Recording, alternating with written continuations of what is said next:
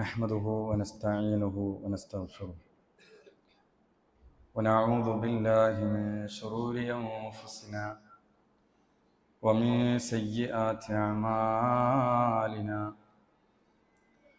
من يهدي الله فلا مضل له ومن يضلله فلا هادي له. وأشهد أن لا إله إلا الله وحده لا شريك له. وأشهد أن محمدًا عبده ورسوله أرسله بالهدى ودين الحق ليظهره على الدين كله ولو كره المشركون. اللهم صل على محمد وعلى آل محمد كما صليت على إبراهيم وعلى آل إبراهيم إنك حميد مجيد. وبارك على محمد وعلى آل محمد كما باركت على إبراهيم وعلى آل إبراهيم إنك حميد مجيد. أما بعد فإن خير الكلام كلام الله وخير الهدي هدي محمد صلى الله عليه وسلم وشر الأمور محدثاتها وكل محدثة بدعة وكل بدعة ضلالة وكل ضلالة في النار.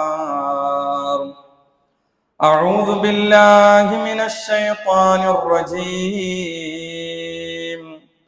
يا أيها الذين آمنوا اتقوا الله حق تقاته ولا تموتن إلا وأنتم مسلمون.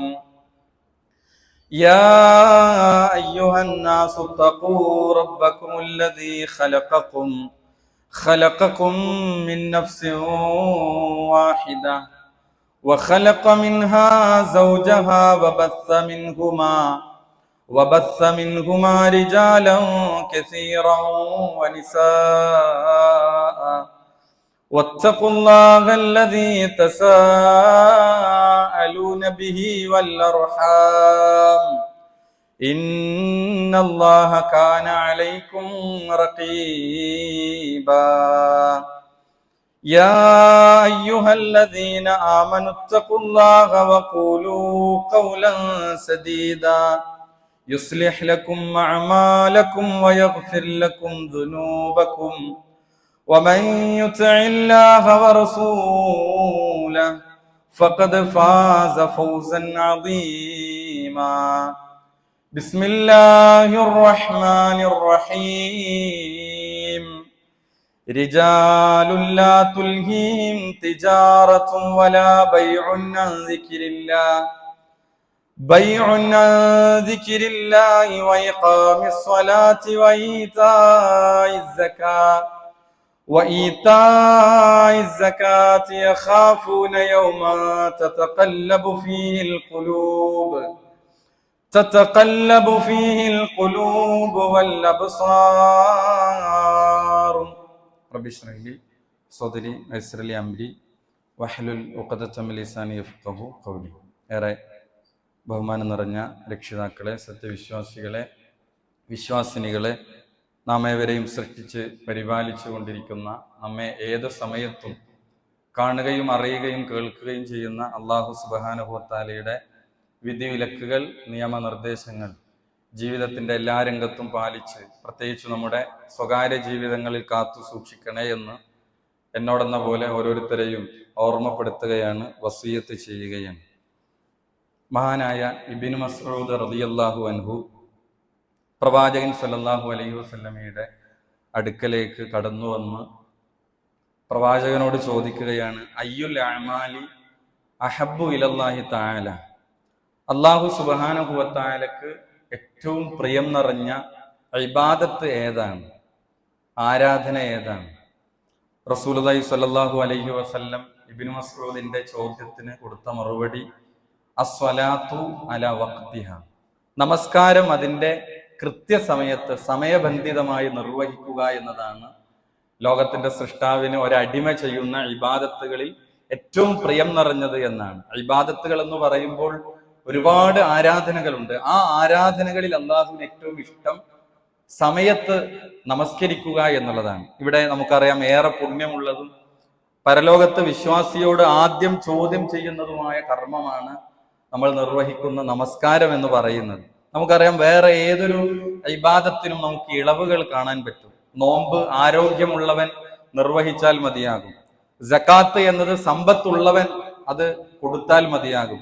ഹജ്ജാണെങ്കിൽ അതിന് ശേഷിയെത്തിയ സാമ്പത്തികമായും ശാരീരികമായും കഴിവുള്ളവൻ മാത്രമാണ് അത് നിർബന്ധമാവുന്നത്. എന്നാൽ നമസ്കാരം ഒരാൾക്കും വിട്ടുവീഴ്ചയില്ലാത്ത ഇബാദത്താണ്.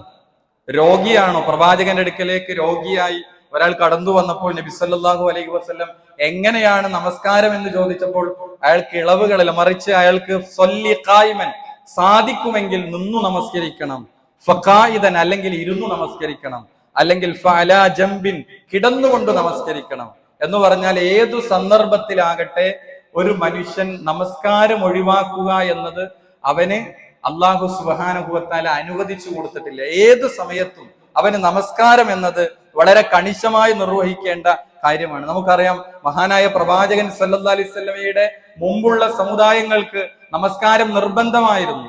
സൂറത്തു ത്വാഹയിൽ മഹാനായ മൂസാ നബി അലൈഹിസ്സലാമക്ക് നമസ്കാരം നിർബന്ധമാക്കപ്പെട്ടതുമായ ആയത്ത് നമുക്ക് കാണാൻ സാധിക്കും.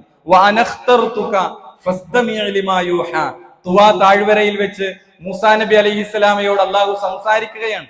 മൂസാ നബിയോട് അള്ളാഹു പറയുന്നത്, എന്റെ സംസാരത്തെ വഹീ നൽകപ്പെടുന്നതിന് നീ സാഗൂതം ശ്രദ്ധിച്ചു കേൾക്കുക. എന്നിട്ട് മൂസാ നബിക്ക് നൽകിയ വഹി എന്താണ്? ഇന്നനി അനല്ലാഹു ലാ ഇലാഹ ഇല്ലാ അന ഫഅബ്ദുനി.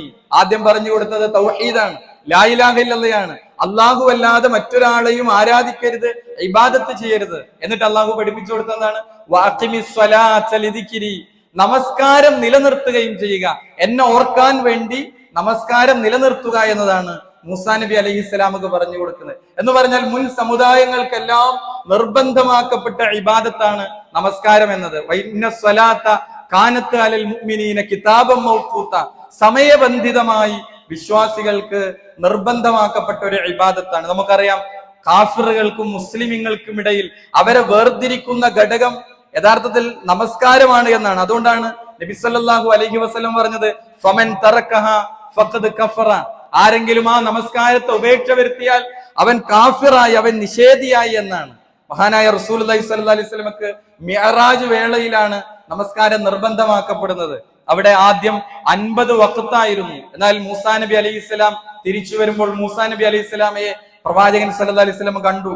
അങ്ങനെ പ്രവാചകൻ നിരന്തരമായ പ്രവാചകൻ സല്ലല്ലാഹു അലൈഹി വസല്ലം അത് എന്റെ ഉമ്മത്തിന് ആവുകയില്ല എന്ന് പറയുമ്പോൾ അത് 5ലേക്ക് 45, 40 ഇങ്ങനെ എണ്ണം കുറച്ച് 5 വഖത്താക്കുകയും എന്നിട്ട് 50-ന് ഈ 50ന്റെ പ്രതിഫലം ഈ 5 വഖത്തിന് ലഭിക്കുമെന്ന് റസൂലുള്ളാഹി സ്വല്ലല്ലാഹു അലൈഹി വസല്ലമക്ക് അറിയിച്ചു കൊടുക്കുകയാണ്. ഇവിടെ നമസ്കാരത്തിന്റെ കാര്യത്തിൽ നമ്മൾ ഏറെ ശ്രദ്ധിക്കേണ്ട ഒരു ഇബാദത്താണ് നമ്മൾ നിർവഹിക്കുന്ന നമസ്കാരം എന്നത്. നമുക്കറിയാം വിശുദ്ധ ഖുർആനിലെ സൂറത്തു മുഅ്മിനൂനിലെ വചനങ്ങളിൽ നമുക്ക് കാണാം, അവിടെ വിശ്വാസികൾ വിജയിച്ചിരിക്കുന്നു എന്ന് പറഞ്ഞ ആ ആയത്തിന്റെ ചുവട്ടിൽ ആ വിശ്വാസികൾക്ക് ഉണ്ടാകേണ്ട ധാരാളം ഗുണങ്ങൾ അല്ലാഹു സുബ്ഹാനഹു വ തആല എടുത്തു പറയുന്നുണ്ട്. അവിടെ 23-ാം അധ്യായം തുടങ്ങുന്നത് തന്നെ ഖദ് അഫ്ലഹൽ മുഅ്മിനൂൻ, വിശ്വാസികൾ വിജയിച്ചിരിക്കുന്നു എന്ന് പറഞ്ഞിട്ട് ആ വിശ്വാസികൾക്ക് ഉണ്ടാവേണ്ട കുറെ ഗുണങ്ങൾ അവിടെ എണ്ണി പറയുന്നുണ്ട്. അവിടെ അല്ലദീനഹും ഫീ സ്വലാത്തിഹിം ഖാശിഊൻ,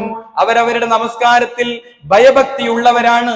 എന്നിട്ട് കുറെ കാര്യങ്ങൾ വിശദീകരിച്ചു വീണ്ടും അല്ലാഹു സുബ്ഹാനഹു വ തആല അതിന്റെ അവസാന ഭാഗത്ത് പറയുന്നത് വല്ലദീനഹും അലാ സ്വലവാത്തിഹിം യുഹാഫിളൂൻ, അവർ അവരുടെ നമസ്കാരത്തിന്റെ കാര്യത്തിൽ സൂക്ഷിക്കുന്നവരാണ്. സൂറത്തു മാരിജിലും നമുക്ക് കാണാം അല്ലദീനഹും അലാ സ്വലാത്തിഹിം ദായിമൂൻ, അവരവരുടെ നമസ്കാരം പതിവാക്കുന്നവരാണ് വിശ്വാസികൾ എന്നാണ്. ഇവിടെ സഹോദരങ്ങളെ നമ്മൾ ചില കാര്യങ്ങൾ മനസ്സിലാക്കണം. നമസ്കാരം നമ്മൾ എങ്ങനെയാണ് നിർവഹിക്കേണ്ടത്? പ്രത്യേകിച്ച് നമ്മുടെ ഓരോരുത്തരുടെയും നമസ്കാരം അത് ജമാഅത്തായി തന്നെ നിർവഹിക്കണം എന്നതാണ് പ്രമാണങ്ങൾ നമുക്ക് പഠിപ്പിച്ചു തരുന്നത്. അതിന് പണ്ഡിത ലോകത്ത് ജമാഅത്തുമായി ഒരു വ്യക്തിയുടെ നമസ്കാരം എങ്ങനെ നിർവഹിക്കപ്പെടണമെന്ന് പണ്ഡിത ലോകത്ത് ചർച്ചയുണ്ട്, പ്രമാണങ്ങൾ വെച്ചുകൊണ്ടുള്ള ചർച്ച. അവിടെ പണ്ഡിതന്മാർ നമ്മളെ പഠിപ്പിക്കുന്ന കാര്യം, ഒരാൾ നമസ്കാരം പള്ളിയിൽ വന്ന് ജമാഅത്തായി തന്നെ നിർവഹിക്കുക എന്നത് വാജിബാണ് എന്നാണ് പണ്ഡിതന്മാർ നമ്മളെ പഠിപ്പിക്കുന്നത്. അതിന് പണ്ഡിതന്മാർ തെളിവുകൾ ഉദ്ധരിക്കുന്നുണ്ട്. വാജിബാണ്, നിർബന്ധമാണ് എന്നാണ്. ഏതുവരെ എന്ന് ചോദിച്ചാൽ, ഒരാൾ ഇവിടെ ഈ പള്ളിയിൽ നടക്കുന്ന ളുഹർ നമസ്കരിക്കാതെ മറ്റു ഉദറുകളൊന്നുമില്ലാതെ ഒരാൾ വീട്ടിൽ നിന്ന് നമസ്കരിച്ചാൽ അയാളുടെ നമസ്കാരം സ്വീകരിക്കപ്പെടുമോ എന്ന ചർച്ച പോലും പണ്ഡിത ലോകത്ത് നടത്തുന്നുണ്ട്. എന്താണ് അതിന് തെളിവുകൾ? ഒന്നാമത്തത്, മഹാനായ പ്രവാചകൻ സല്ലല്ലാഹു അലൈഹി വസല്ലമയുടെ സഹാബി അബ്ദുല്ലാഹ് ഇബ്നു ഉമ്മി മക്തൂമുമായി ബന്ധപ്പെട്ട ഒരു സംഭവം. അദ്ദേഹം കണ്ണു കാണാത്ത സഹാബിയാണ്. അദ്ദേഹം പ്രവാചകൻ സല്ലല്ലാഹു അലൈഹി വസല്ലമയുടെ അടുക്കലേക്ക് കടന്നു വരികയാണ്. എന്നിട്ട് പ്രവാചകനോട് സുബ്ഹി ജമാഅത്തിനും ഇശാ ജമാഅത്തിനും പ്രവാചകനോട് ഇളവ് ചോദിക്കുകയാണ്. പ്രവാചകൻ, എനിക്ക് ഈ 2 നമസ്കാരങ്ങൾക്ക് ഇളവ് തരണം. കാരണം അദ്ദേഹം പറയുന്ന കാരണങ്ങൾ എന്താണ്? കണ്ണു കാണാത്ത സ്വഹാബിയാണ്. അതേപോലെ എന്റെ കൈ പിടിച്ച് പള്ളിയിലേക്ക് മസ്ജിദ് നബവിയിലേക്ക് കൊണ്ടുവരാൻ ഒരാളില്ല. ഞാൻ വരുന്ന വഴി ദുർഘടമായ വഴിയാണ്. മാത്രമല്ല വിഷജന്തുക്കൾ നിറഞ്ഞ, അതേപോലെ കിലോമീറ്ററുകൾ യാത്ര ചെയ്തിട്ടാണ് ഞാൻ പള്ളിയിലേക്ക് എത്തേണ്ടത്. എനിക്ക് ഇളവുകൾ നൽകാമോ എന്നാണ് പ്രവാചകൻ സല്ലല്ലാഹു അലൈഹി വസല്ലം എന്ത് ചെയ്യണത്? പ്രവാചകൻ സല്ലല്ലാഹു അലൈഹി വസല്ലമയോട് അബ്ദുല്ലാഹ് ഇബ്നു ഉമ്മി മക്തൂം ചോദിക്കുന്നത്. ആ അബ്ദുല്ലാഹ് ഇബ്നു ഉമ്മി മക്തൂമിനോട് ആദ്യം പ്രവാചകൻ ഇതിനെ അനുവദിച്ചെങ്കിലും പിന്നീട് പ്രവാചകൻ അബ്ദുല്ലാഹ് ഇബ്നു ഉമ്മി മക്തൂമിനെ തിരിച്ചു വിളിക്കുകയാണ്.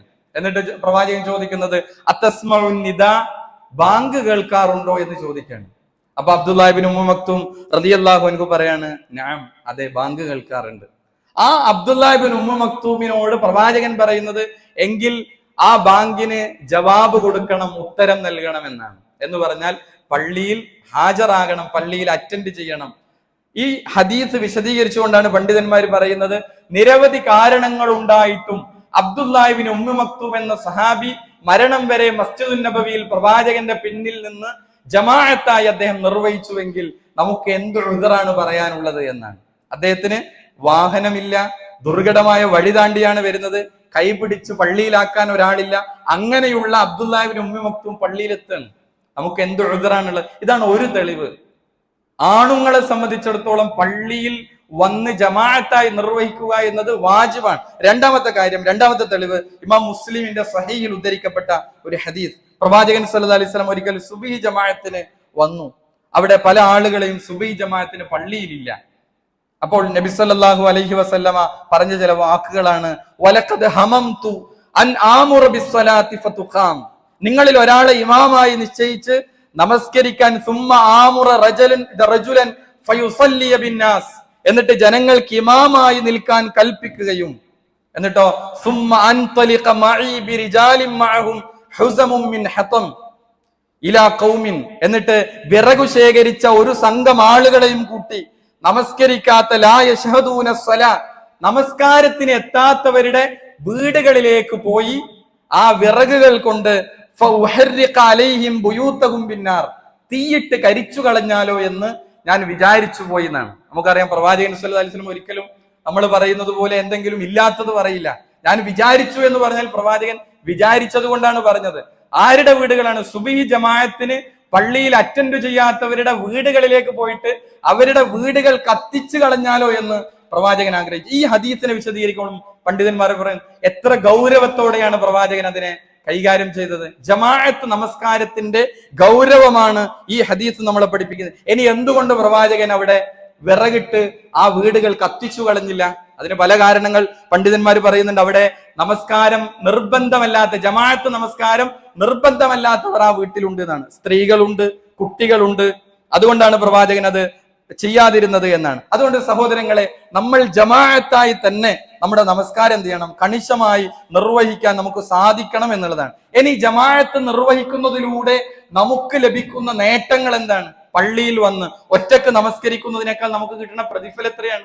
നമ്മൾ ളുഹർ ഒറ്റക്കല്ലാതെ ജമാഅത്തായ ഒരു സംഘം ചേർന്ന് നമസ്കരിക്കുകയാണെങ്കിൽ അവിടെ നമുക്ക് കിട്ടുന്ന പ്രതിഫലം എത്രയാണ്? നബി സല്ലല്ലാഹു അലൈഹി വസല്ലം പറയാണ്, തഫ്ളുലു സലാത്തിൻ സലാത്തുൽ ജമാഅത്തി തഫ്ളുലു സലാത്തൽ ഫദ്ദി ദറജ, 27 ഇരട്ടി പ്രതിഫലമാണ് ഒരാൾക്ക് ജമാഅത്തായി നിർവഹിക്കുന്നതിലൂടെ അയാൾക്ക് ലഭിക്കുന്നത് എന്നാണ്. മറ്റൊന്ന്, ജമാഅത്തിലൂടെ നമുക്ക് ലഭിക്കുന്ന ധാരാളം ഗുണങ്ങൾ റസൂലുള്ളാഹി സ്വല്ലല്ലാഹു അലൈഹി വസല്ലമ നമുക്ക് പഠിപ്പിച്ചു തരാണ്. അതിലൊന്ന് അള്ളാഹുവിന്റെ ഇഷ്ടം നമുക്ക് ലഭിക്കും എന്നാണ്. ഹദീസിൽ കാണാം, ഇമാം അബൂ ദാവൂദ് റിപ്പോർട്ട് ചെയ്ത ഹദീസിൽ കാണാം, വമാ കസുറ ഫഹുവ അഹബ്ബു ഇലല്ലാഹി തആല, അള്ളാഹുവിന്റെ ഇഷ്ടം അതിലൂടെ ജമാഅത്ത് നമസ്കാരത്തിലൂടെ ഒരാൾക്ക് ലഭിക്കുമെന്നാണ്. രണ്ടാമത്തത്, മുൻകഴിഞ്ഞ പാപങ്ങൾ അവനിലൂടെ പൊറുക്കപ്പെടുന്നതാണ്. ഒരു ദുഹർ കഴിഞ്ഞ് അസ്വർ ജമാഅത്തിലേക്ക് വരുമ്പോ ആ നമസ്കാരങ്ങൾക്കിടയിലുള്ള ചെറുപാപങ്ങൾ അതിലൂടെ പൊറുക്കപ്പെടും എന്നും നമുക്ക് ഹദീസുകളിൽ കാണാം. ഗഫറല്ലാഹു ലഹു ദുനൂബഹു, അവന്റെ പാപങ്ങൾ അല്ലാഹു പൊറുക്കുന്നതാണ്. മറ്റൊന്ന്, അവന്റെ പദവികൾ ഉയർത്തപ്പെടുമെന്നാണ്. ജമാഅത്ത് നിർവഹിക്കുന്നതിലൂടെ അവന്റെ ദറജകൾ ഉയർത്തപ്പെടും. ഹദീസിൽ കാണാം, ഇല്ലാ റഫഅഹുല്ലാഹു ബിഹാ ദറജ, അവന്റെ ദറജകൾ അല്ലാഹു ഉയർത്താതിരിക്കുകയില്ല ജമാഅത്തിൽ കൃത്യമായി പങ്കെടുക്കുന്നവരെ. അതേപോലെ തന്നെ ദൂരം കൂടുന്തോറും നബി സല്ലല്ലാഹു അലൈഹി വസല്ലമ പറയാണ്, അവിടെ അവന്റെ കൂലിയും അവന്റെ പ്രതിഫലവും എന്ത് ചെയ്യും, വർദ്ധിക്കുമെന്ന് നബി സല്ലല്ലാഹു അലൈഹി വസല്ലമ നമ്മളെ പഠിപ്പിക്കുകയാണ്. റസൂലുള്ളാഹി സ്വല്ലല്ലാഹു അലൈഹി വസല്ലം പറഞ്ഞു, അഅലമുൻ നാസി അജ്റൻ ഫി സ്വലാത്തി അബ്അദുഹും ഫഅബ്അദുഹും മംശ, നിസ്കാരത്തിന്റെ വിഷയത്തിൽ ജനങ്ങളിൽ ഏറ്റവും ഉന്നതർ പള്ളിയിൽ നിന്ന് ദൂരെയുള്ളവരാണ്, അവർക്ക് കൂടുതൽ പ്രതിഫലം നബി സല്ലല്ലാഹു അലൈഹി വസല്ലമ നമ്മളെ പഠിപ്പിക്കുകയാണ്. മഹാനായ പ്രവാചകൻ സല്ലല്ലാഹു അലൈഹി വസല്ലമ എത്ര നിഷ്ഠയാണ് ജമാഅത്ത് നമസ്കാരങ്ങൾക്ക് കാണിച്ചത്. വഫാത്താകുന്ന സമയത്ത് പോലും പ്രവാചകൻ ബോധരഹിതനായി വീഴുമ്പോഴും അവിടെ ബോധം തെളിയുമ്പോൾ പ്രവാചകൻ സഹാബികളോട്, പ്രവാചകന്റെ പ്രിയപ്പെട്ട ഭാര്യമാരോട് ചോദിക്കുന്ന എന്താണ്, അസ്വലാത്ത് അസ്വലാത്ത്, നമസ്കാരത്തിന്റെ കാര്യമാണ്. അല്ലെങ്കിൽ ജനങ്ങൾ നമസ്കരിച്ചോ എന്നാണ് പ്രവാചകൻ ആവശ്യപ്പെടുന്നത്. അപ്പോ പ്രവാചകന്റെ ഭാര്യമാർ പറയാണ്, ഹും യന്തളിറൂനക, അവർ നിങ്ങളെ പ്രതീക്ഷിച്ചിരിക്കുകയാണ്.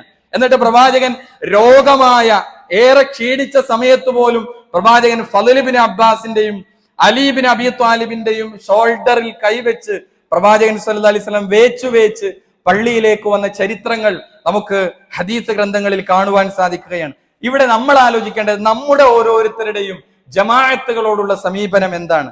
അതേപോലെ നമുക്കറിയാം, കാത്തിരിക്കുന്നതിന് പോലും ഒരാൾ പള്ളിയിൽ നേരത്തെ വന്ന് അല്ലെങ്കിൽ ജമാഅത്ത് കഴിഞ്ഞ് ഒരാൾ പള്ളിയിൽ ഇരിക്കുമ്പോൾ ആ ഇരുത്തത്തിന് പോലും അയാൾ നമസ്കരിക്കുന്നത് പോലെയുള്ള പ്രതിഫലം ലഭിക്കുമെന്നാണ് നബി സല്ലല്ലാഹു അലൈഹി വസല്ലമ നമ്മളെ പഠിപ്പിക്കുന്നത്. വല്ലദീ യന്തളിറു സ്വലാ, ഒരാൾ നമസ്കാരത്തെ പ്രതീക്ഷിച്ചിരിക്കുന്നവൻ അവൻ നമസ്കാരത്തിൽ എന്ന പോലെയാണ് എന്നാണ് നബി സല്ലല്ലാഹു അലൈഹി വസല്ലമ നമ്മളെ പഠിപ്പിക്കുന്നത്. നമസ്കരിക്കാത്ത സമയത്തിനു പോലും അവിടെ പ്രതിഫലം ലഭിക്കുകയാണ്. നമസ്കാരത്തിന്റെ എന്ന കാരണത്തിന്റെ പേരിലാണ് അയാൾ ജമാഅത്തിന് പള്ളിയിലെത്തിയിരിക്കുന്നത്. അത് നേരത്തെ ആണെങ്കിൽ നമസ്കാരം കഴിഞ്ഞ് അതേ സ്ഥലത്ത് അയാൾ കൂടുതൽ സമയം സ്പെൻഡ് ചെയ്തിരിക്കുകയാണെങ്കിലും ആ സമയത്തെല്ലാം അയാൾക്ക് പ്രതിഫലം ലഭിച്ചുകൊണ്ടിരിക്കുകയാണ് എന്നുള്ളതാണ്. അതേപോലെ നബി സല്ലല്ലാഹു അലൈഹി വസല്ലമ പറഞ്ഞു, മലക്കുകളുടെ പ്രാർത്ഥന അയാൾക്ക് ലഭിക്കുന്നതാണ്. വതുസല്ലി യഅനി അലൈഹിൽ മലായികതു മാ ദാമ ഫീ മജ്ലിസിഹി അല്ലദി യുസല്ലി ഫീഹി അല്ലാഹുമ്മഗ്ഫിർ ലഹു അല്ലാഹുമ്മ അർഹംഹു മാ ലം യുഹ്ദിസ് ഫീഹി. മലക്കുകൾ ആ ഇരിപ്പിടത്തിൽ ഇരിക്കുന്ന സമയമത്രയും ജമാഅത്ത് കഴിഞ്ഞിരിക്കുന്ന ആ ആളുകൾക്ക് വേണ്ടി മലക്കുകൾ പ്രാർത്ഥിച്ചുകൊണ്ടേയിരിക്കുന്നതാണ്. എന്താണ് അവർ പ്രാർത്ഥിക്കുന്നത്? അല്ലാഹുമ്മ ഗ്ഫിർ ലഹു, അല്ലാഹുവേ ഇയാൾക്ക് പുറത്തു കൊടുക്കണേ, അല്ലാഹുമ്മ അർഹംഹു, അല്ലാഹുവേ ഇയാൾക്ക് റഹ്മത്ത് ചൊരിയണമേ എന്ന് അയാളെ പ്രാർത്ഥിച്ചുകൊണ്ടിരിക്കുന്നതാണ്. അയാളുടെ വുളു നഷ്ടപ്പെടുന്നത് വരെ മലക്കുകൾ അയാൾക്ക് വേണ്ടി ദുആ ചെയ്തുകൊണ്ടിരിക്കും എന്നും നമുക്ക് ഹദീസുകളിൽ നമുക്ക് കാണുവാൻ സാധിക്കും. അതുകൊണ്ട് തന്നെ നമ്മുടെ നമസ്കാരം നമുക്ക് കൃത്യമായും കണിശമായും ജമാഅത്തായി തന്നെ നമുക്ക് നിർവഹിക്കാൻ സാധിക്കണമെന്നാണ്. അതേപോലെ തന്നെ നമുക്ക് ഹദീസുകളിൽ കാണാൻ സാധിക്കും, പ്രത്യേകിച്ച് സുബഹി അതേപോലെ തന്നെ ഇശാ ജമാഅത്തുകളുടെ പ്രതിഫലം പ്രത്യേകമായി ഹദീസുകളിൽ നബി സല്ലല്ലാഹു അലൈഹി വസല്ലം എടുത്തു പറഞ്ഞത് കാണാൻ സാധിക്കും. സുബഹി ജമാഅത്തായി അല്ലെങ്കിൽ ഇശാ ജമാഅത്തായി നിർവഹിക്കുന്ന ആളുകൾക്ക് കിട്ടുന്ന പ്രതിഫലം എത്രയാണ്? റസൂലുള്ളാഹി സ്വല്ലല്ലാഹു അലൈഹി വസല്ലം പറയാണ്, മൻ സല്ലൽ ഇശാ ഫീ ജമാഅത്തിൻ, ഒരാൾ ഇശാ നമസ്കാരം ജമാഅത്തായി നിർവഹിച്ചു, ആരെങ്കിലും അങ്ങനെ നിർവഹിച്ചാൽ ഫകഅന്നമാ ഖാമ നിസ്ഫൽ ലൈൽ, അവൻ രാത്രി പകുതി നമസ്കരിച്ചവനെ പോലെയാണ് എന്നാണ്. വമൻ സല്ല സുബ്ഹ ഫീ ജമാഅത്തിൻ, ഇനി അയാൾ സുബ്ഹി ജമാഅത്തായി ആരെങ്കിലും നിർവഹിച്ചാൽ ഫകഅന്നമാ സല്ലൽ ലൈല കുല്ല, രാത്രി മുഴുവൻ നമസ്കരിച്ചതുപോലെയാണ് അവൻ എന്ന് നബി സല്ലല്ലാഹു അലൈഹി വസല്ലമ നമുക്ക് പഠിപ്പിച്ചു തരികയാണ്. മാത്രമല്ല, ഒരാൾ സുബ്ഹി ജമാഅത്തായി നിർവഹിക്കുന്നതിലൂടെ അയാൾക്ക് ലഭിക്കുന്നത് അള്ളാഹുവിന്റെ ഒരു കാവൽ അയാൾക്ക് ഉണ്ടാകുന്നതാണ്. നമ്മൾ ആലോചിക്കേണ്ടത് നമ്മൾ ഓരോരുത്തരും ജമാഅത്ത് നമസ്കാരങ്ങളോടുള്ള നമ്മുടെ സമീപനം എന്താണ് എന്നുള്ളതാണ്. ഈ ഹദീസുകളും ആയത്തുകളും എല്ലാം കേൾക്കുമ്പോൾ നമ്മൾ ഓരോരുത്തരും ആലോചിക്കേണ്ടത്. റസൂലുള്ളാഹി സ്വല്ലല്ലാഹു അലൈഹി വസല്ലം പറയുന്നു, മൻ സ്വല്ല സുബ്ഹ ഫീ ജമാഅത്തിൻ, ആരെങ്കിലും ജമാഅത്തായി കൊണ്ട് സുബ്ഹി നമസ്കരിക്കുകയാണെങ്കിൽ ഫഹുവ ഫീ ദിമ്മത്തില്ലാഹ്, അവൻ അള്ളാഹുവിന്റെ കാവലിലാണ് എന്നാണ്. നമ്മൾ നോക്കിയേ, അള്ളാഹുവിന്റെ സംരക്ഷണം, അള്ളാഹുവിന്റെ പ്രൊട്ടക്ഷൻ, ഏതെങ്കിലും ആളുകളുടെ കാവലല്ല, ഏതെങ്കിലും ഭൗതികമായ പ്രൊട്ടക്ഷനുകളല്ല, മറിച്ച് ലോകത്തിന്റെ സൃഷ്ടാവായ റഹ്മാനായ റബ്ബിന്റെ കാവൽ. സുബ്ഹി നമസ്കാരം ജമാഅത്തായി പള്ളിയിൽ നിന്ന് നമസ്കരിച്ച ഒരാൾക്ക് ലഭിക്കുന്ന എന്താണ്? അന്നത്തെ ദിവസം പൂർണ്ണമായും അയാൾ അള്ളാഹുവിന്റെ സംരക്ഷണത്തിലാണ് എന്നാണ്. എത്ര വലിയ നേട്ടമാണ് നമുക്ക് കിട്ടുന്നത്. അതേപോലെ തന്നെ ഹദീസിൽ കാണാം, ഹജ്ജും ഉംറയും ചെയ്ത കൂലി. മൻ സ്വല്ലൽ ഗദാത ഫിൽ ജമാഅത്തിൻ സുമ്മ ഖഅദ യദ്കുറുല്ലാഹ തആല തത്ലുഉ അശംസ സുമ്മ സ്വല്ല റകഅതൈനി. അതെ, നബി സല്ലല്ലാഹു അലൈഹി വസല്ലം പറഞ്ഞു, ആരെങ്കിലും സുബ്ഹി നമസ്കാരം ജമാഅത്തായി നിർവഹിച്ചു, എന്നിട്ട് സൂര്യോദയം വരെ അള്ളാഹുവിന് ദിക്ർ എടുത്ത് അയാൾ അവിടെ ഇരിക്കുകയും ചെയ്തു, ശേഷം 2 റക്അത്ത് അയാൾ നമസ്കരിക്കുകയും ചെയ്താൽ അവൻ ഒരു ഹജ്ജും ഉംറയും ചെയ്ത പ്രതിഫലമാണ്. എന്നിട്ട് റസൂലുള്ളാഹി സ്വല്ലല്ലാഹു അലൈഹി വസല്ലം 3 തവണ പറഞ്ഞു, താമ്മത്തിൻ താമ്മത്തിൻ താമ്മത്തിൻ, പരിപൂർണമായ പ്രതിഫലം, പരിപൂർണമായ പ്രതിഫലം, പരിപൂർണമായ പ്രതിഫലം എന്ന് നബി സല്ലല്ലാഹു അലൈഹി വസല്ലമ 3 തവണ പറയുകയും ചെയ്തു എന്നുള്ളതാണ്. അതുകൊണ്ട് സഹോദരങ്ങളെ, നമ്മൾ ജമാഅത്തിന്റെ വിഷയത്തിൽ പ്രത്യേകിച്ച് ഈ സുബ്ഹി ഇശാ നമസ്കാരങ്ങളെ പ്രത്യേകം നബി സല്ലല്ലാഹു അലൈഹി വസല്ലം എടുത്തു പറഞ്ഞത്, മുനാഫിക്കുകളായ ആളുകളെ സംബന്ധിച്ചിടത്തോളം സുബ്ഹി നമസ്കാരം അവർക്ക് വലിയ ഭാരമാണ് എന്നാണ്. അതുകൊണ്ടാണ് ഇബ്നു ഉമറിനെ പോലെയുള്ള ചില സഹാബികളുടെ ഖൗലുകൾ നമുക്ക് കാണാം. പ്രവാചകന്റെ കൂട്ടത്തിൽ അവരുടെ കൂട്ടത്തിലുള്ള മുനാഫിക്കുകളായ കപടന്മാരെ തിരിച്ചറിഞ്ഞത് ഇബ്നു മസ്ഊദ് എങ്ങനെയായിരുന്നു? ഇബ്നു ഉമർ റളിയല്ലാഹു അൻഹു പറയാണ്, ഞങ്ങൾ സുബ്ഹി ജമാഅത്ത് കഴിഞ്ഞ് ഞങ്ങളുടെ സൊഫുകളിലേക്ക് ഇങ്ങനെ നോക്കും. ആ സൊഫുകളിൽ ആരൊക്കെ ഹാജറില്ലയോ, ആബ്സെന്റ് ആണോ, അവരെ ഞങ്ങൾ തനിച്ച മുനാഫിക്കുകളായിട്ടാണ് ഞങ്ങൾ മനസ്സിലാക്കിയത്. ഏതെങ്കിലും ഒരു സുബ്ഹിയെ പറ്റിയല്ല, തുടർച്ചയായി സുബ്ഹികൾ നഷ്ടപ്പെടുത്തുന്ന ആളുകളെ സഹാബികൾ മനസ്സിലാക്കിയത് അവർ മുനാഫിക്കുകളായിട്ടാണ്. കാരണം നബി സല്ലല്ലാഹു അലൈഹി വസല്ലമയുടെ ഹദീസും ഈ വിഷയത്തിൽ നമുക്ക് കാണാൻ സാധിക്കും. ഇന്ന അസ്തല സ്വലാത്തിന അലൽ മുനാഫിഖീന സ്വലാത്തുൽ ഇശാഇ വസ്വലാത്തുൽ ഫജ്ർ. മുനാഫിഖുകൾക്ക് ഏറ്റവും ഭാരമേറിയ 2 നമസ്കാരങ്ങൾ ഇശായും അതേപോലെ തന്നെ ഫജ്റുമാകുന്നു എന്ന ഹദീസുകൾ നമുക്ക് കാണാൻ സാധിക്കും. എന്നിട്ട് നബി സല്ലല്ലാഹു അലൈഹി വസല്ലം പറഞ്ഞെന്താ? അതിന്റെ പ്രതിഫലം എങ്ങാനും ആളുകൾ മനസ്സിലാക്കിയിരുന്നെങ്കിൽ വലൗ യഅലമൂന മാ ഫീഹിമാ ലഅതൗഹുമാ വലൗ ഹബ്വ, അവർക്കതിന്റെ പ്രതിഫലം അറിഞ്ഞിരുന്നെങ്കിൽ മുട്ടിലിഴഞ്ഞിട്ടാണെങ്കിലും അവർ സുബ്ഹി ജമാഅത്തിന് പള്ളിയിൽ എത്തുമായിരുന്നു എന്നാണ്. ഇവിടൊക്കെ നമ്മൾ ആലോചിക്കേണ്ടത്, ഈ ശബ്ദം കേൾക്കുന്ന നമ്മൾ ഓരോരുത്തരും ആലോചിക്കേണ്ടത്, ജമാഅത്തുകളോടുള്ള നമ്മുടെ സമീപനം എന്താണ്? വീട്ടിൽ നിന്ന് സുബ്ഹി നമസ്കരിക്കുന്നവരാണോ നമ്മൾ എങ്കിൽ നമ്മൾ ചെയ്യുന്നത് മഹാ തെറ്റാണ്, മഹാ അപകടമാണ്, മഹാ അപരാധമാണ്. കാരണം പണ്ഡിത ലോകം ഈ ഹദീസുകൾ ആയത്തുകളെ വെച്ച് ചർച്ച ചെയ്യുന്നത് അത് വാജിബാണ് എന്നാണ്. നമുക്ക് രോഗിയാണോ ഉദ്റുകളുണ്ട്, യാത്രക്കാരനാണോ ഇളവുകളുണ്ട്. നമുക്ക് യാത്രയിലാണെങ്കിൽ ഈ 2 റക്അത്തായി നമുക്ക് ളുഹുറും അസ്റൊക്കെ നിർവഹിക്കാനുള്ള ഇളവുകൾ, റുഖ്സകൾ അനുവദിച്ചിട്ടുണ്ട്. എന്നാൽ അതൊന്നുമില്ലാതെ ഒരു ന്യായവും നമുക്ക് പറയാനില്ല, ഒരു ഉദ്റും പറയാനില്ല. നമ്മൾ വീട്ടിലുണ്ട്, നമ്മൾ ആരോഗ്യവാനാണ്, വേറെ പ്രശ്നങ്ങളൊന്നുമില്ല എങ്കിൽ നമ്മൾ എന്ത് ചെയ്യണം? തൊട്ടടുത്തുള്ള പള്ളിയിൽ നമ്മൾ എന്ത് ചെയ്യണം? അവിടെ ഹാജരാകണം, ജമാഅത്തിൽ അറ്റൻഡ് ചെയ്യണം എന്നാണ് ഈ ഹദീസുകളും ആയത്തുകളെല്ലാം നമ്മളെ പഠിപ്പിക്കുന്നത് എന്നുള്ളതാണ്. അതുകൊണ്ട് തന്നെ ഈ കാര്യങ്ങൾ നമ്മൾ എന്ത് ചെയ്യണം? അതിൻ്റെതായ രൂപത്തിൽ സുബ്ഹിയുമായി ബന്ധപ്പെട്ട് സുബ്ഹിന്റെ മുമ്പുള്ള 2 റക്അത്ത് പോലും ഹദീസുകളിൽ പ്രത്യേക പരാമർശം വന്നു. റക്അത്ത ഖബ്ലൽ ഫജ്രി ഖൈറും മിനദ് ദുനിയ വമാ ഫീഹാ. സുബ്ഹിക്ക് മുമ്പുള്ള 2 റക്അത്ത് അത് ദുനിയാവും അതിലുള്ളത് മുഴുവൻ ഒരാൾക്ക് ലഭിക്കുന്നതിനേക്കാൾ ഖൈറാണ് എന്നാണ്. അതുകൊണ്ട് സഹോദരങ്ങളെ, അള്ളാഹുവിനെ ഓർക്കാനുള്ള ഏറ്റവും വലിയ മാർഗമാണ് യഥാർത്ഥത്തിൽ നമസ്കാരം എന്ന് പറയുന്നത്. അതാണ് വലദിക്റുല്ലാഹി അക്ബർ.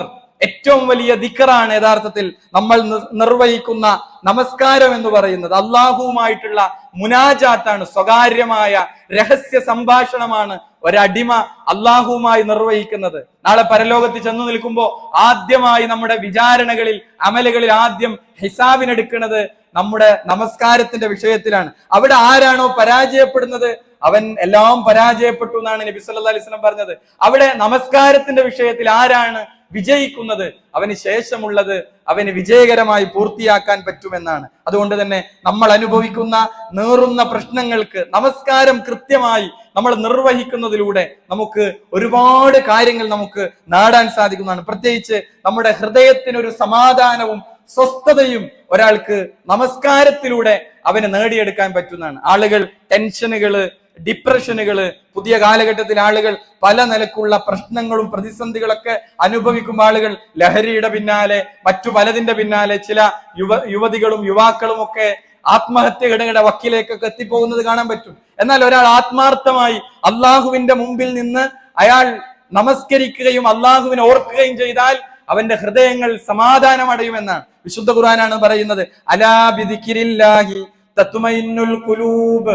ഹൃദയങ്ങൾക്ക് ശാന്തിയും സമാധാനവും ലഭിക്കുന്ന ഒരു മാർഗം അള്ളാഹുവിനെ ഓർക്കുന്നതിലൂടെയാണ്. അപ്പൊ അള്ളാഹിനെ ഓർക്കുന്നതിലൂടെ, അള്ളാഹുവിനെ ഓർക്കാനുള്ള ഏറ്റവും നല്ല മാർഗം നമസ്കാരമാണ്. കാരണം നമസ്കാരം നമ്മുടെ ജീവിതത്തിൽ നമുക്ക് ബാധിക്കാനിരിക്കുന്ന എല്ലാ തിന്മകളെയും നമസ്കാരം തടയുന്നതാണ്. മൊബൈൽ ഹറാമുകൾ, സ്വകാര്യതകളിൽ മൊബൈൽ ഉപയോഗിക്കുമ്പോൾ ആളുകൾ ഹറാമായ കാഴ്ചകളിലേക്ക് പോവുകയാണ്. യഥാർത്ഥത്തിൽ നമസ്കാരം അത് അവനെ തടയുന്നതാണ്. ഇന്ന സ്വലാത്ത തൻഹാ അനിൽ ഫഹ്ശാഇ വൽ മുൻകർ. മ്ലേച്ഛമായ, മോശമായ എല്ലാ തെറ്റുകളിൽ നിന്നും നമസ്കാരം ഒരു വ്യക്തിയെ തടയുമെന്നാണ്. ഈ ആയത്ത് കേൾക്കുമ്പോൾ ഒരുപക്ഷെ നമുക്ക് സംശയം ഉണ്ടാകും, നമസ്കരിച്ചിട്ടും ഒരാൾ തെറ്റിലേക്ക് പോകുന്നു, നമസ്കരിച്ചിട്ടും ഒരാൾ ലഹരിയിലേക്ക് പോകുന്നു, നമസ്കരിച്ചിട്ടും ഒരാൾ അധർമ്മങ്ങളിലേക്ക് പോകുന്നു. അവിടെയാണ് ചില പണ്ഡിതന്മാർ നമ്മളെ പഠിപ്പിച്ചു തരുന്നത്. ഇവിടെ ഷെയ്ഖ് റബി അൽ മദ്ഖലി ഹഫിളഹുല്ലാ അദ്ദേഹം പറയാണ്, ഫൈദാ റഅയ്ത മൻ യഅതിൽ ഫഹ്ശാ വൽ മുൻകർ. നീ ഒരാളെ കാണുകയാണ്, ഒരു തിന്മകൾ ചെയ്ത, ഫാഹിഷത്തുകൾ ചെയ്ത, തിന്മകളിലൂടെ കടന്നു പോകുന്ന ഒരാളെ നീ കാണുകയാണെങ്കിൽ നീ മനസ്സിലാക്കുക, ഫൈമ്മാ ഇന്നഹു ലാ യുസല്ലി, അവൻ നമസ്കരിക്കാത്ത ആളാണെന്ന് നീ മനസ്സിലാക്കുക. അല്ലെങ്കിലോ നമസ്കരിക്കുന്ന ആളാണെങ്കിൽ തന്നെ അവൻ തിന്മ ചെയ്യുന്നുണ്ടല്ലോ. പക്ഷേ നിസ്കാരത്തിൽ നിന്ന് നിസ്കരിക്കുന്നവനെ തിന്മകളെ അവനെ തടയുന്നുണ്ടല്ലോ. അവിടെയും ഷേഖ് അതിന് ഉത്തരം തരാണ്, വഇമ്മാ അൻ ഫീ സ്വലാത്തിഹി ഖലലുൻ, അവന്റെ നമസ്കാരത്തിൽ ന്യൂനതകൾ ഉണ്ട് എന്ന് നീ മനസ്സിലാക്കുക. അപ്പൊ എന്തുകൊണ്ട് നമുക്ക് തിന്മകളിൽ നിന്ന് പ്രൊട്ടക്ഷൻ നൽകുന്നില്ല എന്ന് ചോദിക്കുമ്പോൾ അതിന്റെ ഉത്തരം എന്താണ്? നമ്മുടെ നിസ്കാരം പെർഫെക്റ്റ് അല്ല എന്നാണ്. നേരത്തെ പറഞ്ഞതുപോലെ ഖുശൂഉം ആ ഭയഭക്തിയും ആ നമസ്കാരത്തിന്റെ കൈഫിയത്തും ആ നമസ്കാരത്തിൻ്റെതായ നമ്മുടെ മനസ്സാന്നിധ്യവും ഇല്ലാത്ത നമസ്കാരങ്ങളായിരിക്കാം ഒരു പക്ഷേ. അങ്ങനെയുള്ള നമസ്കാരം കൊണ്ട് കാര്യമില്ല എന്നുള്ളതാണ്. അതുകൊണ്ട് തന്നെ നമസ്കാരം ഒരിക്കലും നമ്മുടെ ജീവിതത്തിൽ ഒഴിവാക്കാൻ പറ്റാത്ത ഏറ്റവും പ്രധാനപ്പെട്ട ഇബാദത്ത്. ഇതിനെ കണിശമായി നിർവഹിക്കാൻ നമുക്ക് സാധിക്കണം. മഹാനായ അബൂദർ റളിയല്ലാഹു അൻഹുവിനോട് പ്രവാചകൻ ധാരാളം ഉപദേശം കൊടുത്തപ്പോ അതിലൊരു ഉപദേശം എന്താണ്? വലാ തത്റുകന്ന സ്വലാത്തൻ മക്തൂബത്തൻ മുതഅമ്മിദൻ. നിർബന്ധ നമസ്കാരങ്ങളെ ബോധപൂർവം നീ ഉപേക്ഷ വരുത്തരുത് എന്നാണ്. അങ്ങനെ ഉപേക്ഷ വരുത്തിയാലോ ഫഖദ് ബരിയതു മിൻഹു ദിമ്മത്തില്ല, അള്ളാന്റെ സംരക്ഷണത്തിൽ നിന്ന് നീ ഒഴിവാകും. അങ്ങനെ ഒഴിവാക്കിയാൽ എന്നാണ്. അതുകൊണ്ട് നമസ്കാരം ഒഴിവാകുന്നതിനെയും നമ്മൾ വളരെ ഗൗരവത്തോടെ നമ്മൾ നോക്കിക്കാണണം. കാരണം നമസ്കാരം ഉപേക്ഷിക്കുന്ന ആളുകൾക്ക് നരകത്തിൽ ഒരു പ്രത്യേക ഇടമുണ്ട് എന്നാണ്. സൂറത്തു മുദ്ദസിറിൽ അല്ലാഹു സുബ്ഹാനഹു വ തആല ആ കാര്യം പറയുന്നുണ്ട്. സ്വർഗക്കാരും നരകക്കാരും തമ്മിൽ പരസ്പരം അവർ സംസാരിക്കുന്നുണ്ട്. ഫീ ജന്നാത്തിൻ യതസാഅലൂൻ. സ്വർഗക്കാര് നരകക്കാരോട് ചോദിക്കും, നരകത്തിൽ എവിടെയാണ് അവരുള്ളത്? സഖർ എന്ന തലയോട്ടിയെ കരിച്ചു കളയുന്ന നരകത്തിലാണ് അവരുള്ളത്. അവരോട് ചോദിക്കുന്നതാണ്, മാ സലഖകും ഫീ സഖർ, എങ്ങനെയാണ് സഖർ എന്ന നരകത്തിൽ നിങ്ങൾ വന്നുപെട്ടത്? അപ്പൊ നരകക്കാര് സ്വർഗക്കാരോട് പറയാണ്, ഖാലൂ ലം നകു മിനൽ മുസല്ലീൻ, ഞങ്ങൾ നമസ്കരിക്കുന്നവരുടെ കൂട്ടത്തിൽ ഉൾപ്പെട്ടിരുന്നില്ല. ഇതാണ് അവരുടെ മറുപടി. അപ്പൊ നമസ്കരിക്കാത്തവർ സഖർ എന്ന അതിഭീകരമായ നരകത്തിലാണ് അവരുണ്ടാവുക എന്നാണ്. അതുകൊണ്ട് തന്നെ നമസ്കാരം ഒഴിവാക്കുക എന്നത് ഫഖലഫ മിൻ ബഅദിഹിം ഖൽഫുൻ അലാഉസ്സലാത്ത വത്തബഉ ശഹവാത്ത്, മുൻഗാമികൾ അവർ വലിയ വിപത്തുകളിലേക്ക് അവർ ചെന്നുവിട്ടത് നമസ്കാരം ഒഴിവാക്കുകയും തന്നിഷ്ടങ്ങളെ അവർ പിൻപറ്റുകയും ചെയ്തപ്പോഴാണ് ഫസൗഫ യൽഖൗന ഗയ്യ, അവർ ദുർമാർഗങ്ങളിൽ അകപ്പെട്ടു പോയത് എന്ന് ഖുർആൻ നമ്മളെ പഠിപ്പിക്കുകയാണ്. അതുകൊണ്ട് സഹോദരങ്ങളെ, ഇത്ര ഗൗരവമുള്ള വിഷയത്തെ നമ്മൾ പലപ്പോഴും റമദാനിലൊക്കെ വളരെ നിഷ്ഠമായി, വളരെ കണിശമായി നമ്മൾ നിർവഹിക്കാൻ ശ്രമിച്ചിരുന്നു. പക്ഷെ റമദാനൊക്കെ കഴിഞ്ഞ് നമ്മൾ മാസങ്ങൾ കഴിഞ്ഞപ്പോ പള്ളിയുടെ അവസ്ഥകൾ എന്താണ്? പലരും ജമാഅത്തുകൾക്ക് ആളുകൾക്ക് സമയം കിട്ടുന്നില്ല, ആളുകൾ ജമാഅത്തുകളിലേക്ക് എത്തുന്നില്ല. അവിടെയാണ് വിശുദ്ധ ഖുർആനിലെ സൂറത്തു നൂറിൽ അല്ലാഹു സുബ്ഹാനഹു വ തആല പറയുന്നുണ്ട്, റിജാലുൻ, ചില ആളുകൾ, ലാ തുൽഹീഹിം തിജാറത്തുൻ വലാ ബൈഉൻ, അവരുടെ കച്ചവടമോ മറ്റു വ്യവഹാരങ്ങളോ അൻ ദിക്രില്ല, അള്ളാഹുവിന്റെ ദിക്റിൽ നിന്ന് അവരെ തടയുകയില്ല എന്നാണ്. യഥാർത്ഥ മുഅ്മിനീങ്ങളെ പറ്റിയാണ് പറഞ്ഞത്.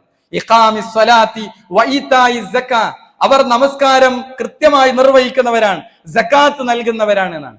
നിങ്ങൾ ഖുർആനിൽ എവിടെ നോക്കിയാലും സ്വല്ലു എന്ന് നമുക്ക് കാണാൻ കഴിയില്ല. ഇഖാമത്തിസ്സലാ, അഖാമുസ്സലാ, അഖീമുസ്സലാ എന്ന പ്രയോഗങ്ങളാണ്. നമസ്കാരം കൃത്യമായി നിർവഹിക്കുക എന്ന പ്രയോഗമാണ് ഖുർആൻ പറഞ്ഞത്. എന്നിട്ട് ഈ ആളുകൾ കച്ചവടമോ വ്യവഹാരമോ അവരെ നിർബന്ധ നമസ്കാരത്തെ തടയാതിരുന്നതിന്റെ കാരണം ഖുർആൻ പറയാണ്, യഖാഫൂന യൗമൻ തതഖല്ലബു ഫീഹിൽ ഖുലൂബു വൽ അബ്സാർ, അവരുടെ കണ്ണുകൾ കണ്ണഞ്ചി പോകുന്ന ഒരു ദിവസത്തെ അവർ ഭയപ്പെടുന്നു എന്നാണ്. ഹൃദയങ്ങളും കണ്ണുകളും ഇളകിമറിയുന്ന ഒരു ദിവസത്തെ ഭയപ്പെടുന്നത് കാരണമാണ് അവരുടെ ദുനിയാവിന്റെ ഒരു കാര്യവും അവരെ ഈ ജമാഅത്തുകളിൽ നിന്ന്, നമസ്കാരങ്ങളിൽ നിന്ന്, ദീനിന്റെ ഇത്തരം ഇബാദത്തുകളിൽ നിന്ന് അവരെ തടയാതിരിക്കുന്നത് എന്നാണ്. അതുകൊണ്ട് തന്നെ ഹയ്യ അലൽ ഫലാ, ഹയ്യ അലസ് സ്വലാ എന്ന വിളികൾ, നമുക്ക് പള്ളിയിലേക്കുള്ള വരവ്, അത് നമുക്ക് നിർബന്ധ ബാധ്യതയാണ്. ആ നിർബന്ധ വിളിയെ നമ്മൾ എന്ത് ചെയ്യണം? ജവാബ് കൊടുക്കാൻ നമുക്ക് സാധിക്കേണ്ടതുണ്ട്.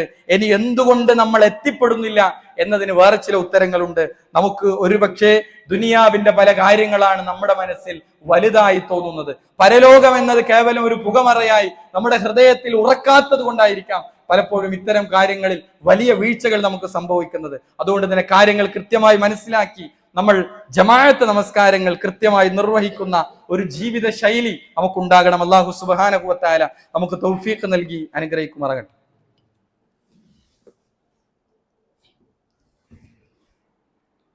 അൽഹംദുലില്ലാഹ് വസ്സലാത്തു വസ്സലാമു അലാ റസൂലില്ലാഹ് വഅലാ ആലിഹി വസഹ്ബിഹി അജ്മഈൻ, അമ്മാ ബഅദ്. അല്ലാഹു സുബ്ഹാനഹു വ തആലയുടെ വിധിവിലക്കുകൾ, നിയമനിർദ്ദേശങ്ങൾ ജീവിതത്തിൻ്റെ എല്ലാ രംഗത്തും പാലിക്കണമെന്ന് ഒരിക്കൽ കൂടി ഓർമ്മപ്പെടുത്തുകയാണ്. അള്ളാഹുവിലേക്ക് അടുക്കാൻ സാധ്യമാകുന്ന ഏറ്റവും സുപ്രധാനമായ ഒരു ഇബാദത്താണ് ബലി എന്ന് പറയുന്നത്, ബലികർമ്മം എന്ന് പറയുന്നത്. നമുക്കറിയാം, ഇസ്ലാമിൽ ഈദുൽ അദ്ഹയുമായി ബന്ധപ്പെട്ട് പ്രത്യേകമായി നിശ്ചയിച്ച ദുൽഹിജ്ജയിൽ പ്രത്യേകമായി അള്ളാഹു സുബ്ഹാനഹു വ തആല മുഅ്മിനീങ്ങൾക്ക് നിശ്ചയിച്ച ഒരു വലിയ ശ്രേഷ്ഠകരമായ ഇബാദത്താണ് നഹർ അഥവാ ബലികർമ്മം എന്ന് പറയുന്നത്. നമുക്കറിയാം, ഈ ഉദ്ഹിയ്യത്തുമായി ബന്ധപ്പെട്ട്, ബലികർമ്മവുമായി ബന്ധപ്പെട്ട് വിശുദ്ധ ഖുർആനിലെ ഏറ്റവും ചെറിയ അധ്യായം സൂറത്തു കൗസറിലെ ആയത്തിൽ അല്ലാഹു സുബ്ഹാനഹു വ തആല അതിന്റെ കൽപ്പന വിശ്വാസികളോട് പറഞ്ഞു, ഫസല്ലി ലിറബ്ബിക വൻഹർ, നിന്റെ രക്ഷിതാവിന് വേണ്ടി, നിന്റെ റബ്ബിന് വേണ്ടി നീ നമസ്കരിക്കുകയും വൻഹർ, ബലി അർപ്പിക്കുകയും ചെയ്യുക എന്നതാണ്. അപ്പോൾ ബലികർമ്മം എന്നത് നമസ്കാരം എന്ന, നമ്മൾ നേരത്തെ പറഞ്ഞ നമസ്കാരം എന്ന ഏറ്റവും മഹത്തരമായ ഇബാദത്തിന്റെ ചേർത്തു പറഞ്ഞ ഒരു ഇബാദത്താണ് യഥാർത്ഥത്തിൽ ബലികർമ്മം. പക്ഷെ പലപ്പോഴും ആളുകൾ ഉദ്ഹിയ്യത്ത് എന്ന ആ ഇബാദത്തിൽ, മുസ്ലിം സമൂഹത്തിൽ പലരും അതിൽ അശ്രദ്ധരാണ്. സമ്പത്തുള്ളവർ പോലും ആ കർമ്മത്തിലേക്ക് പൂർണ്ണമായും വരാൻ മടിക്കുന്ന ആളുകൾ ഇന്നുമുണ്ട്. അതുകൊണ്ട് തന്നെ ഇവിടെ പണ്ഡിത ലോകത്ത് ഈ വിഷയവുമായി ബന്ധപ്പെട്ടിട്ടുള്ള ചർച്ചകൾ നമുക്ക് കാണാൻ സാധിക്കും. ഇവിടെ ഈ സൂറത്തു കൗസറിലെ ആയത്തിനെ വിശദീകരിച്ചുകൊണ്ട് അബ്ദുറഹ്മാൻ നാസുർ സഅദി റഹിമഹുല്ല അദ്ദേഹത്തിന്റെ തഫ്സീറിൽ രേഖപ്പെടുത്തുന്നത് കാണാൻ സാധിക്കും. ഖസ്സ ഹാത്തൈനിൽ ഇബാദത്തൈനി ബിദ്ദിക്രി ലിഅന്നഹുമാ മിൻ അഫ്ളൽ ഇബാദാതി വഅജല്ലിൽ ഖുർബാത്ത്, ഈ രണ്ട് ആരാധനകളെ പ്രത്യേകമായി അള്ളാഹു സ്മരിച്ചതിന്റെ കാരണം അവ രണ്ടും ആരാധനകളിൽ ഏറ്റവും ശ്രേഷ്ഠവും റബ്ബിന്റെ അടുക്കലേക്ക് ഉന്നതമായ സാമീപ്യം ലഭിക്കുന്നതുമായ ഇബാദത്താണ് ഏത്? ബലികർമ്മം എന്നാണ് ഈ ആയത്തിനെ വിശദീകരിക്കുമ്പോൾ മുഫസ്സിറുകൾ നമ്മളെ പഠിപ്പിച്ചു തരുന്നത്. ഇവിടെ നമുക്കറിയാം, ദുൽഹിജ്ജയിലെ പ്രത്യേകമായി നമുക്ക് നിശ്ചയിക്കപ്പെട്ട ഒരു ഇബാദത്ത്, ഏത് സമയത്തും എന്ത് ചെയ്യാം, നമുക്ക് ബലികർമ്മം നടത്താം. എന്നാൽ പ്രത്യേകമായി യൗമുൻ നഹ്റിൽ അല്ലെങ്കിൽ അയ്യാമുത്ത് തശ്രീഖിന്റെ ദിവസങ്ങളിൽ നമുക്ക് ബലികർമ്മം എന്നത് പ്രത്യേകമായി പഠിപ്പിക്കപ്പെടുകയാണ്. ഇവിടെ കഴിവുള്ള ആളുകൾ ബലികർമ്മം നടത്തണമെന്ന വിഷയത്തിൽ പണ്ഡിത ലോകത്ത് അഭിപ്രായ വ്യത്യാസമേ ഇല്ലാത്ത കാര്യമാണ്. കഴിവുള്ളവർ എല്ലാം എന്ത് ചെയ്യണം? ബലികർമ്മത്തിൽ പങ്കാളികളാവണം എന്നുള്ളത്.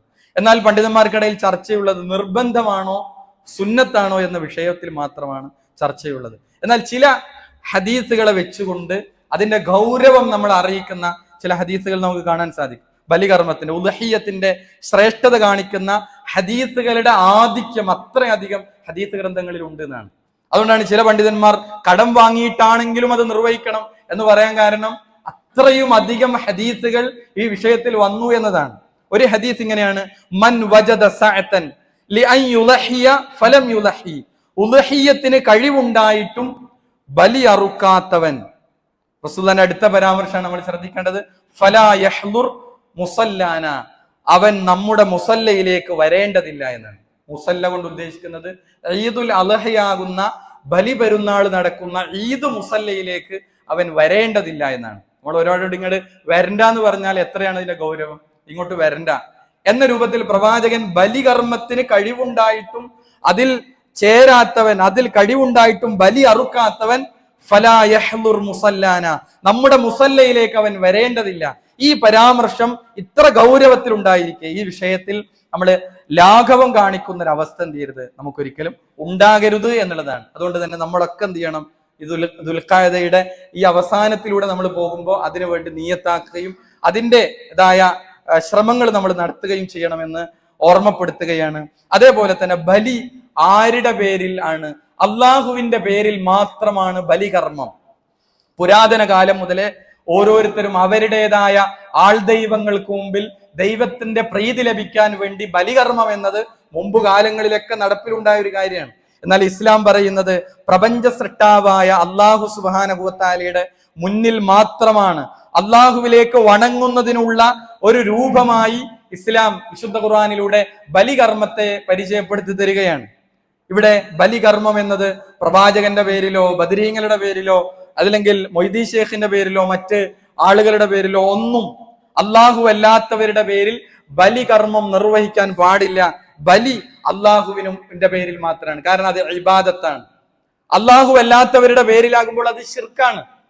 ബലികർമ്മം എന്ന ഇബാദത്ത് അള്ളാഹു അല്ലാത്ത ഇന്ന ഷെയ്ഖിന്റെ പേരിൽ, ഇന്ന വലിയിന്റെ പേരിൽ ഞാൻ പിന്നെ ഉരുവിനെ അറുക്കുന്നു എന്നൊരാൾ പറഞ്ഞാൽ അയാൾ ശിർക്ക് ചെയ്തു.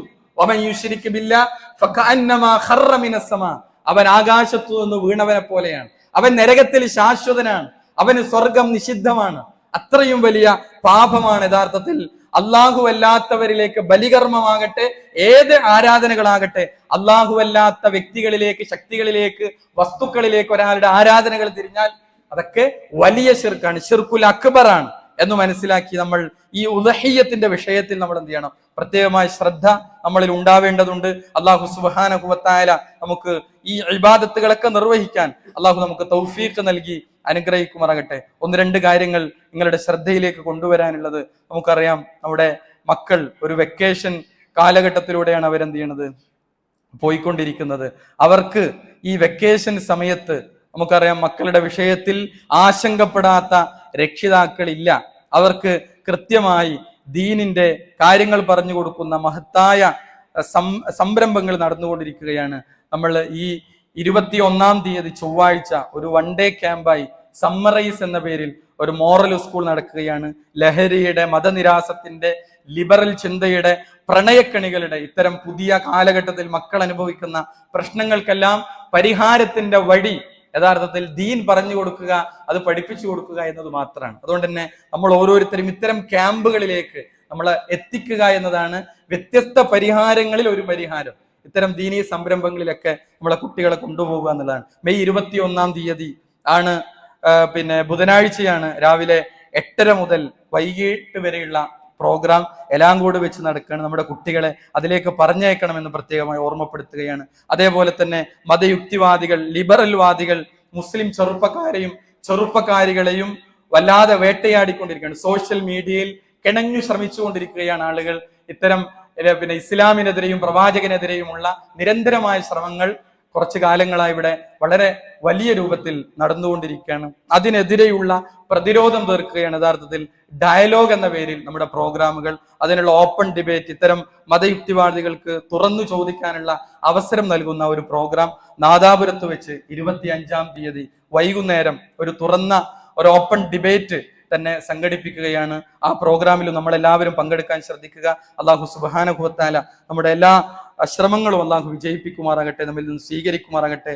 നമ്മിൽ നിന്ന് രോഗം കൊണ്ട് കഷ്ടപ്പെടുന്ന ആളുകൾക്ക് അള്ളാഹു സുബ്ഹാനഹു വ തആല ശിഫ നൽകി അനുഗ്രഹിക്കുമാറാകട്ടെ. നമ്മിൽ നിന്ന് കടബാധ്യതകൾ കൊണ്ട് സാമ്പത്തികമായി പ്രയാസപ്പെടുന്ന ധാരാളം ആളുകളുണ്ട്. അള്ളാഹു ഇനി അവർക്കെല്ലാം അവരുടെ പ്രയാസങ്ങൾ പരിഹരിച്ചു കൊടുക്കണമേ.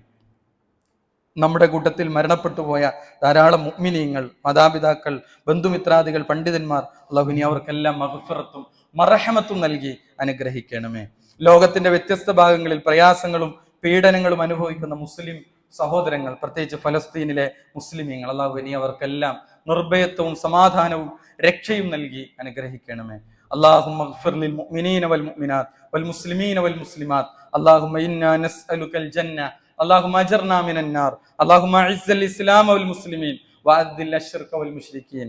ربنا تقبل منا إنك أنت السميع العليم. ربنا آتنا في الدنيا حسنة وفي الآخرة حسنة وقنا عذاب النار. آمين آمين برحمتك يا أرحم الراحمين.